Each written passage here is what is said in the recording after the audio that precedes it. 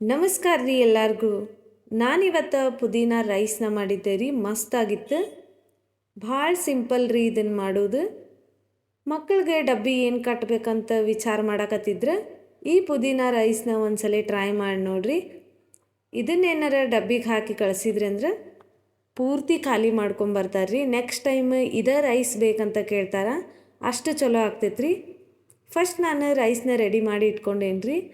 ಅಂದರೆ ಇದು ಸ್ವಲ್ಪ ತಣ್ಣಗೆ ಆತಂದ್ರೆ ಉದುರಾಗಿ ಬರ್ತೈತೆ ಅಂಥೇಳಿ. ಈಗ ಒಂದು ಮಸಾಲಿನ ಮಾಡ್ಕೋಬೇಕ್ರಿ.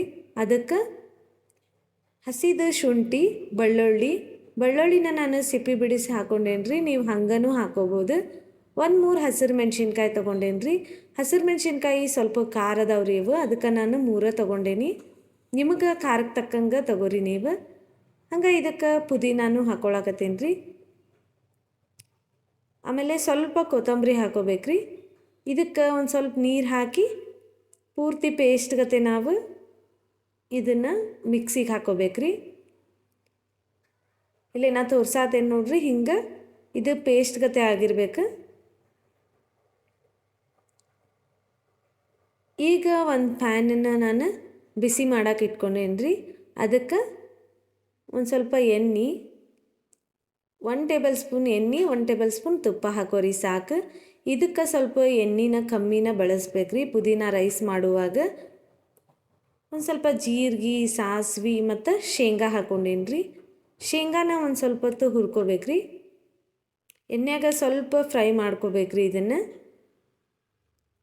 ಗ್ಯಾಸ್ ಸಣ್ಣಗೆ ಇಟ್ಟು ಶೇಂಗಾನ ಫ್ರೈ ಮಾಡ್ಕೊರಿ, ಇಲ್ಲಾಂದ್ರೆ ಹೊತ್ತಿ ಬಿಡ್ತಾವೆ.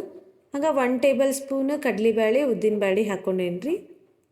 ಇವನು ಸ್ವಲ್ಪ ಕಲರ್ ಚೇಂಜ್ ಆಗೋ ಮಟ್ಟ ಹಂಗೆ ಫ್ರೈ ಮಾಡ್ಕೋಬೇಕ್ರಿ. ಈಗ ತೆಳ್ಳಗೆ ಉದ್ದುದಕ್ಕೆ ಕಟ್ ಮಾಡ್ಕೊಂಡು ಹಾಕೊಂಡೇನಿ ರೀ ನಾ ಉಳ್ಳಾಗಡ್ಡಿನ. 1 ಉಳ್ಳಾಗಡ್ಡಿ, ಹಂಗೆ ಸ್ವಲ್ಪ ಕರಿಬೇವನ್ನ ಹಾಕೊಂಡೇನಿ ರೀ. ಇದನ್ನು ಉಳ್ಳಾಗಡ್ಡಿ ಸ್ವಲ್ಪ ಫ್ರೈ ಆಗೋ ಮಟ್ಟ ಮಿಕ್ಸ್ ಮಾಡ್ಕೋಬೇಕ್ರಿ. ನೀವು ಇದಕ್ಕೆ ಗೋಡಂಬಿನೂ ಹಾಕೋರಿ, ಇನ್ನೂ ಚಲೋ ಆಗ್ತೈತಿ.